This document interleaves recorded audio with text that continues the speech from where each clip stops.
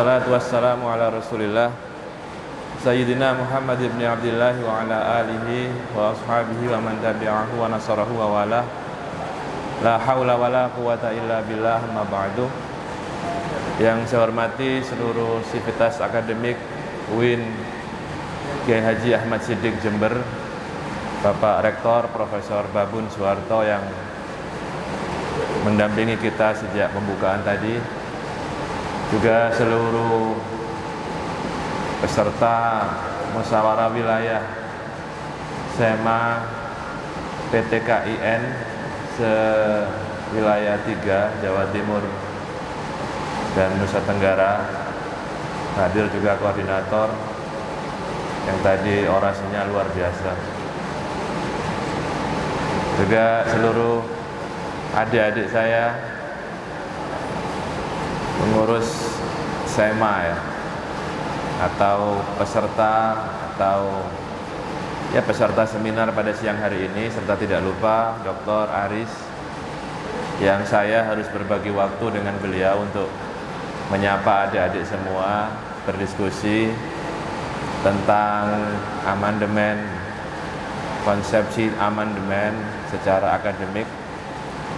Tentu ini persoalan dan tema yang saya senang sekali adik-adik mahasiswa ini, mungkin juga anak-anak saya ini, karena anak saya yang pertama itu sekarang juga mahasiswa, jadi pantaslah kalau saya katakan bukan adik-adik. Tapi nggak apa-apa juga adik-adik, karena saya juga belum terlalu tua kan. Saya senang bahwa adik-adik berbicara mengenai hal yang menurut berbagai macam survei sudah tidak lagi menjadi minat dari generasi milenial. Ada kelompok lembaga survei dari Malang, Avara ya, pernah membuat satu survei kecenderungan generasi milenial terhadap tema-tema negara dan politik itu, berapa persen sih yang tertarik untuk membicarakan masalah itu. Dan ternyata hasilnya hanya 22% milenial yang tertarik berbicara mengenai negara dan politik. Sedangkan 78% lainnya tidak tertarik. Mungkin lebih tertarik membaca atau melihat postingan Instagram lambe turah mungkin ya, atau gosip-gosip artis gitu. Tetapi ternyata ada satu hal yang menurut saya perlu didalami.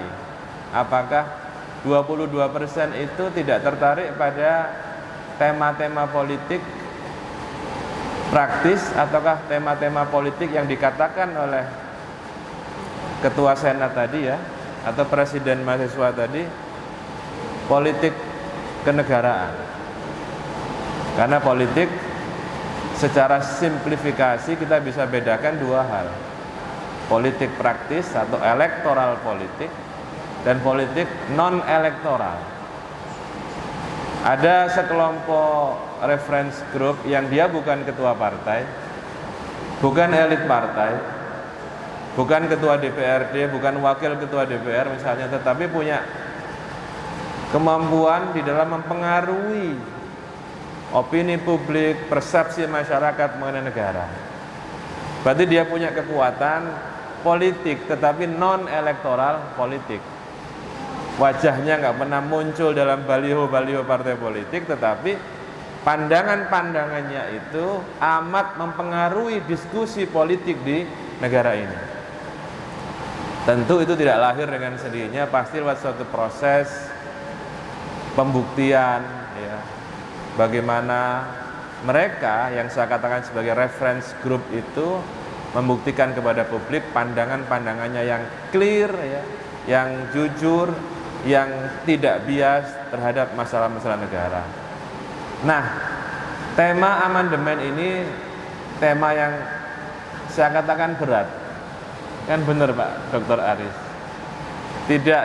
Tidak sembarang orang itu mau meluangkan waktu berbicara mengenai konstitusi dan amandemen. Kalau kita ngomong soal amandemen, tentu kita ngomong juga soal konstitusi. Ngomong soal konstitusi, kita ngomong soal konstitusionalisme yang mendasari konstitusi. negara kita lewat suatu perdebatan yang panjang yang dilakukan oleh Founding Fathers melalui sidang-sidang BPU PKI, dilanjutkan PPKI, merumuskan suatu konsepsi yang kemudian kita sebut sebagai konstitusi kita, yaitu Undang-Undang Dasar Negara Republik Indonesia tahun 1945.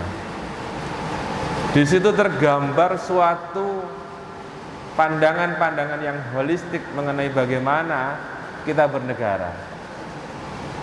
Kita tahu bahwa perjuangan kita bernegara ini dimulai dari masa yang sangat panjang. Dimulai dari suatu ide gagasan kemerdekaan dari wilayah yang mungkin kita sebut wilayah lokal sampai meluas menjadi wilayah Nusantara. Kita tahu misalnya perlawanan-perlawanan yang dilakukan oleh para raja-raja di masa lalu atau para pangeran-pangeran di masa lalu. Kita tahu Pati Unus itu pernah melewati laut utara itu untuk menuju Malaka melawan Portugis, dan beliau gugur di sana. Karena itu disebut sebagai Pangeran Sabrang Lor.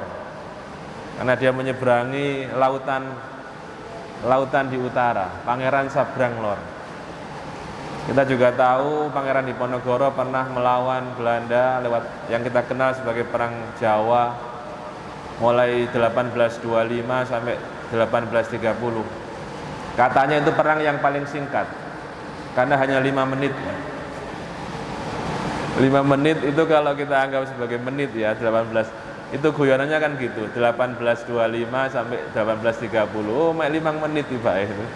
Tapi itu maksud saya 5 tahun. Dan berbagai macam perlawanan-perlawanan yang dilakukan oleh Founding Fathers ya, tokoh-tokoh bangsa di masa itu untuk melahirkan yang namanya nasionalisme.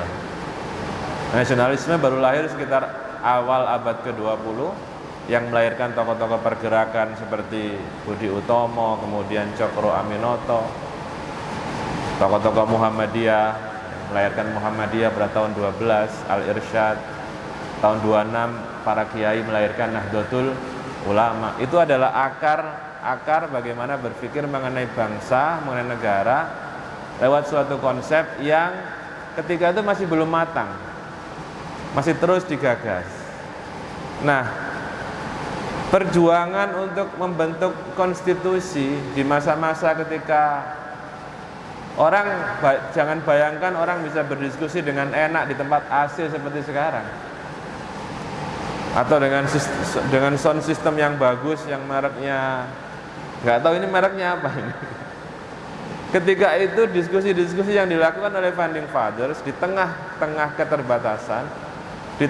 keterbatasan sarana prasarana, di tengah-tengah keterbatasan referensi yang ada. Kalau sekarang kita kan gampang, kalau mau baca buku tinggal download aja di Google. Banyak tersedia PDF kan, buku-buku yang dari berbagai macam, itu bukan hanya dalam bahasa Indonesia, juga dalam bahasa asing. Ketika itu gagasan-gagasan kemerdekaan yang kemudian menjadi cikal bakal pemikiran yang dituangkan dalam konstitusi itu dibahas bersama-sama menjelang kemerdekaan, dan kemudian lahirlah Undang-Undang Dasar Negara Republik Indonesia. Ada sifat kedaruratan ketika itu, ada sifat keterbatasan ketika itu, keterbatasan waktu, keterbatasan pemahaman kita yang komprehensif pada kondisi internasional misalnya. Saat itu nggak ada televisi ya, mungkin ada tapi sangat terbatas. Yang ada hanya radio, mendengarkan berita-berita lewat radio, mendengarkan situasi global internasional itu di radio. Berita mengenai Hiroshima Nagasaki yang dibom oleh Amerika itu juga lewat radio. Sehingga di tengah-tengah keterbatasan itulah lahirlah konstitusi kita yang merupakan sumber hukum tertinggi di negeri ini, yaitu Undang-Undang Dasar Negara Republik Indonesia. Dilahirkan oleh tokoh-tokoh kita ya, pemimpin bangsa yang berasal dari berbagai macam suku bangsa, yang background pendidikannya itu bermacam-macam. Ada yang kuliah di fakultas hukum, ada yang sekolah di pondok pesantren. Itu fakta. Kalau Anda googling misalnya siapakah nama-nama orang yang tergabung sebagai anggota Badan Penyelidik Usaha-Usaha Kemerdekaan Indonesia waktu itu, BPUPKI. Ada yang lulusan dari Universitas Utrecht, Belanda, dari Rotterdam, dari Leiden. Tetapi tidak banyak dan tidak sedikit maksud saya, tidak sedikit para kiai-kiai kita yang menjalani pendidikannya di pondok-pondok pesantren. Maka gagasan mengenai negara ya, dalam konsepsi modern ketika itu yang didapatkan oleh para tokoh-tokoh kita dari universitas di luar negeri, dan gagasan tentang negara yang didapatkan oleh para ulama kita ya, yang bersumber dari referensi kitab-kitab salaf ketika itu, bergabung menjadi satu, diperdebatkan dalam suatu perdebatan yang ilmiah, yang penuh kesopanan, tidak pakai acara lempar-lemparan kursi, untuk bentuk suatu konstitusi, dan akhirnya lahirlah konstitusi ini. Ini yang mendasari konsepsi kita bernegara, yang kita sebut sebagai Undang-Undang Dasar Negara Republik Indonesia tahun 1945. Dasar negaranya, bahasanya, dan lain sebagainya. Bentuk negaranya, kekuasaannya, kedaulatannya, semua diatur di situ. Nah, konstitusi itu sebenarnya diperlukan untuk mengatur dua hal. Yang paling penting untuk mengatur dua hal saja. Yang pertama, bagaimana negara membatasi kekuasaan penguasa. Karena itu moderator tadi kan memulai diskusi ini dengan kalimat yang sangat provokatif ya. Mungkin Pak Sadat dulu ketika mahasiswa pernah dibungkam suaranya gitu. Pembungkaman suara itu kan bagian dari yang saya katakan, perlunya konstitusi itu karena dua hal. Yang pertama, keperluan untuk membatasi kekuasaan penguasa, dan yang kedua, mengamankan, memastikan bahwa hak-hak rakyat itu dijamin kebebasannya. Nah, konstitusi kita yang dibuat di tengah-tengah segala keterbatasan itu tidak mungkin dibikin sesempurna yang kita harapkan. Karena anak-anak muda ketika itu juga mengotot ya, dan memaksakan supaya Bung Karno, Bung Hatta segera proklamasikan negara ini. Kalau nggak ada anak-anak muda ketika itu, mungkin kita belum merdeka di hari itu. Saya kira Anda bisa baca sejarah ketika Bung Karno, Bung Hatta, tokoh-tokoh pemimpin kita diculik, kerengas dengklok ya oleh pemuda Soekarni. Untuk apa? Untuk memaksakan agar hari ini juga diproklamirkan Indonesia di tengah-tengah suasana ketika konstitusi juga belum dibuat dengan sempurna. Nah, oleh karena itu saya hanya ingin mengatakan bahwa dalam rentang perjalanan waktu ada pikiran-pikiran bahwa konstitusi kita ini karena dibuat dengan tergesa-gesa, karena dibuat karena keterbatasan waktu, keterbatasan referensi, keterbatasan pemahaman mengenai globalisme dan dunia internasional, maka mesti disesuaikan. Konstitusi itu adalah suatu apa yang dalam bahasa fikih kita disebut sebagai al-mitsaq, perjanjian. Perjanjian antar siapa? Perjanjian antar warga yang diwakili oleh para tokoh-tokoh bangsa. Perjanjian antar elemen-elemen yang terlibat dalam proses kebangsaan. Kita kan biasa bikin perjanjian itu kan. Ketika kita pacaran misalnya, saling berjanji dengan pacarnya, nanti saya kalau pulang pasti kamu saya antar gitu. Itu perjanjian. Ketika mau menikah juga begitu, kamu nanti, saya maghrib akan selalu ada di rumah, tidak akan lebih dari maghrib. Itu Itu konstitusi dalam kehidupan rumah tangga. Tapi dalam perjalanan waktu ada keadaan yang memaksa, yang membuat perjanjian-perjanjian suci itu mesti ada penyesuaian-penyesuaian. Nah, inilah yang saya katakan bahwa amandemen, gagasan mengenai amandemen, bahkan amandemen yang sudah dilakukan selama 4 kali sampai sejauh ini adalah proses bagaimana membuat suatu adaptasi konstitusi terhadap realitas dan keadaan yang berkembang. Karena itu kita lihat, saya membaca, saya bukan ahli hukum tata negara, Pak Dr. Aris, saya ini sarjana hadis. Tadi moderator mengatakan skripsi saya itu mengenai studi kritik matan hadis, gitu.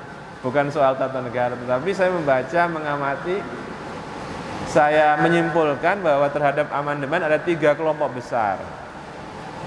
Ada kelompok yang menolak sama sekali amandemen. Atas dasar apa? Atas dasar bahwa konstitusi yang dibangun, yang dilahirkan oleh tokoh bangsa ketika itu berhasil mempersatukan bangsa ini dari Sabang sampai Merauke, golongan nasionalis dan golongan agama, Islam dan non-Muslim, dan kejawen, budaya, dan lain sebagainya. Kalau kemudian ada amandemen, dikhawatirkan akan terjadi perpecahan di antara bangsa ini. Kenapa? Karena semangatnya sudah berbeda. Antara semangat ketika membangun konstitusi untuk pertama kali dan semangat untuk memperbaiki atau amandemen konstitusi hari ini. Saya minta air, ini terlalu semangat misalnya. Gak apa-apa ya Mas ya? Kopi juga ada. Iya, kita nyantai aja kan Pak Aris? Nah, berdiri ya.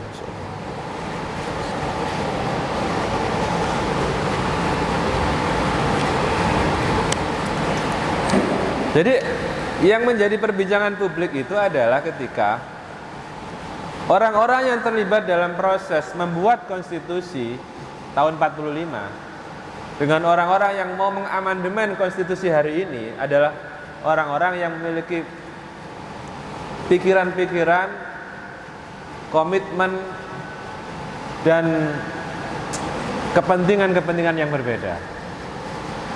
Ketika tahun 45 kepentingannya adalah membangun suatu kebangsaan. Ini negara baru, negara yang baru merdeka. Bahkan ketika itu belum diproklamasikan kemerdekaan kita. Motifnya jelas. Apa? Membangun suatu konstitusi untuk menjadi pegangan kita semua dalam bernegara. Nah, bagi orang yang anti amandemen, amandemen hari ini yang digagas itu tidak lebih dari sekedar mengamankan posisi politik. Saya pernah berdiskusi dengan seorang bintang 2 tentara.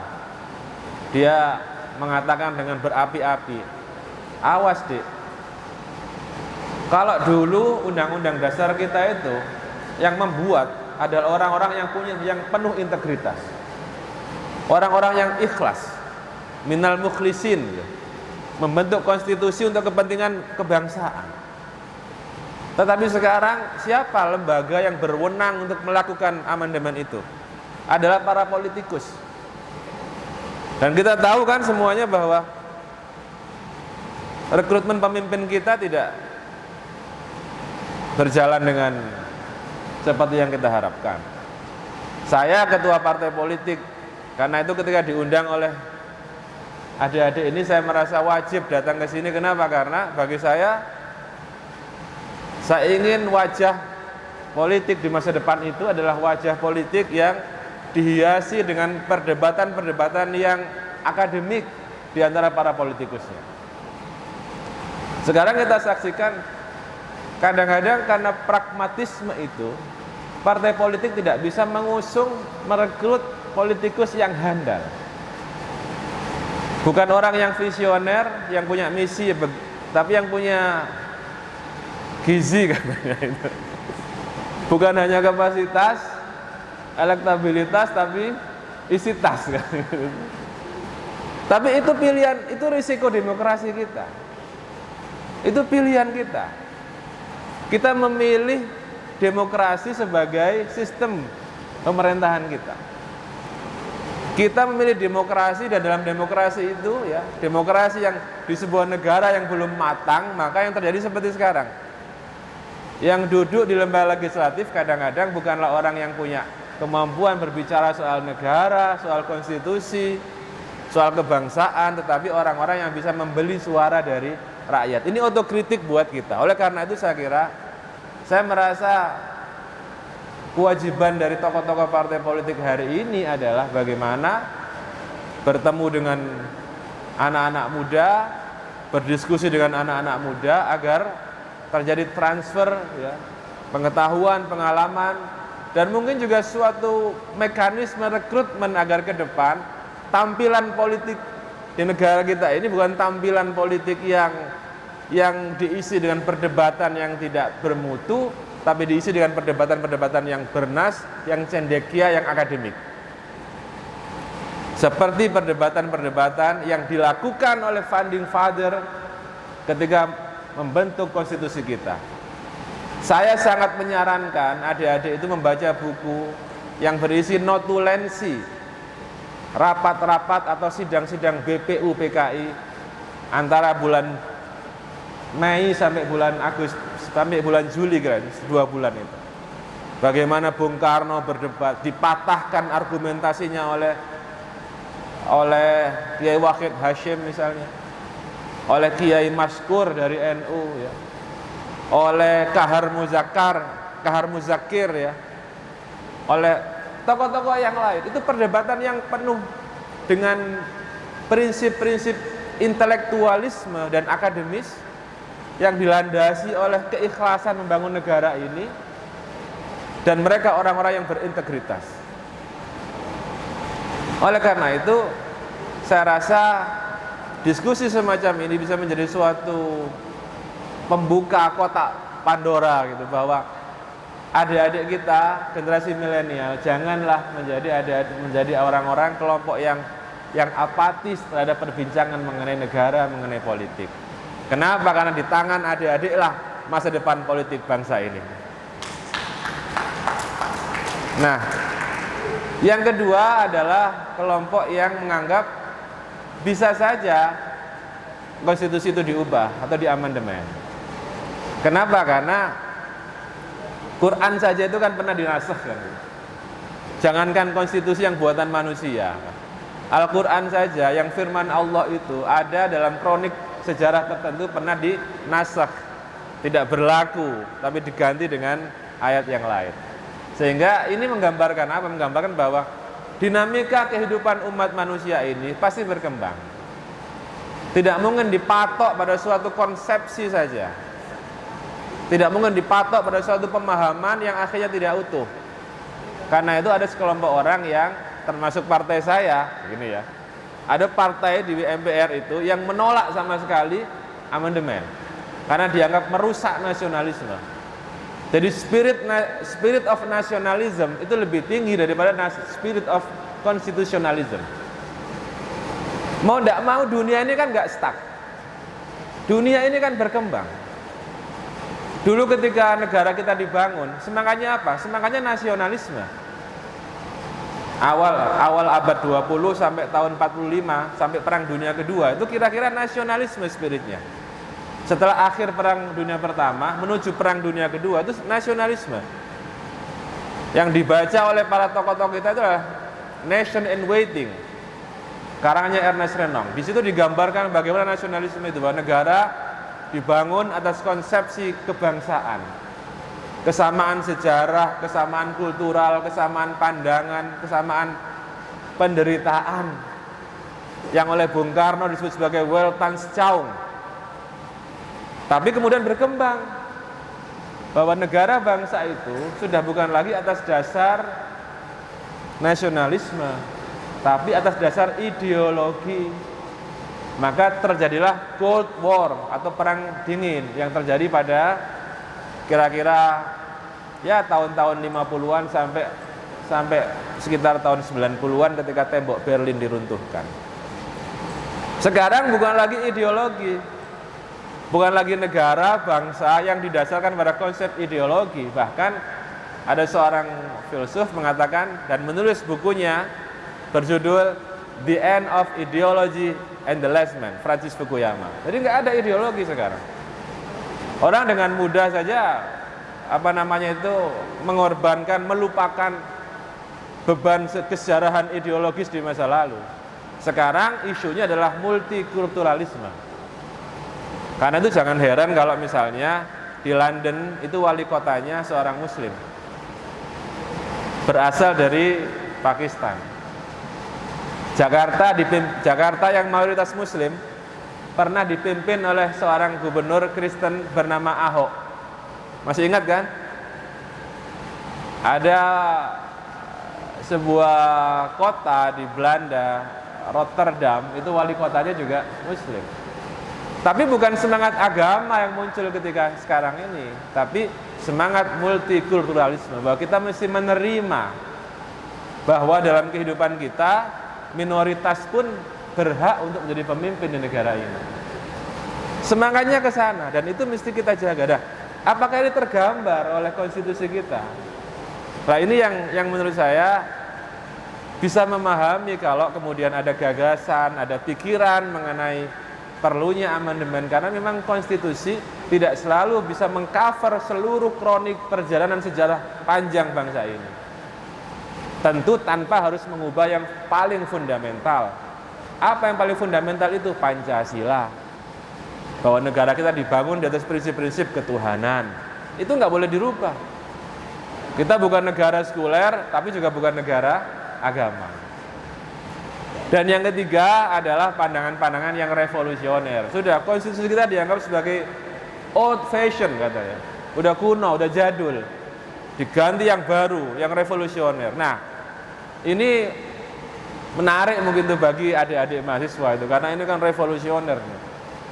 Tapi menurut saya gambaran yang saya sampaikan ini memberikan suatu pemahaman bahwa konstitusi itu bukan sesuatu yang harga mati, tetapi dia bisa berubah seiring dengan perjalanan zaman. Dan dalam kesejarahan kita pernah mengubah undang-undang itu 4 kali. Ketika kita baru merdeka, kemudian ketika kita ini menjadi negara federal atau Republik Indonesia Serikat, kemudian kita pernah memberlakukan Undang-Undang Dasar sementara, sampai kemudian tahun 59 Dekret Presiden 5 Juli kembali ke Undang-Undang Dasar 45. Jadi kita pernah mengalami suatu masa di mana kita mengubah konstitusi itu, dan kita tetap menjadi bangsa yang besar, kita tetap menjadi bangsa yang bersatu, tidak tercerai-berai. Itu artinya setiap gagasan-gagasan penting yang digagas untuk kemajuan negara ini, untuk kejayaan negara ini, untuk harga diri negara ini, haruslah dijaga agar tetap terus muncul. Dan saya berharap betul anak muda yang menginisiasi setiap upaya-upaya perubahan di negeri ini. Terima kasih. Allahul muwaffiq ila aqwamit thoriq. Wassalamualaikum warahmatullahi wabarakatuh. Terima kasih.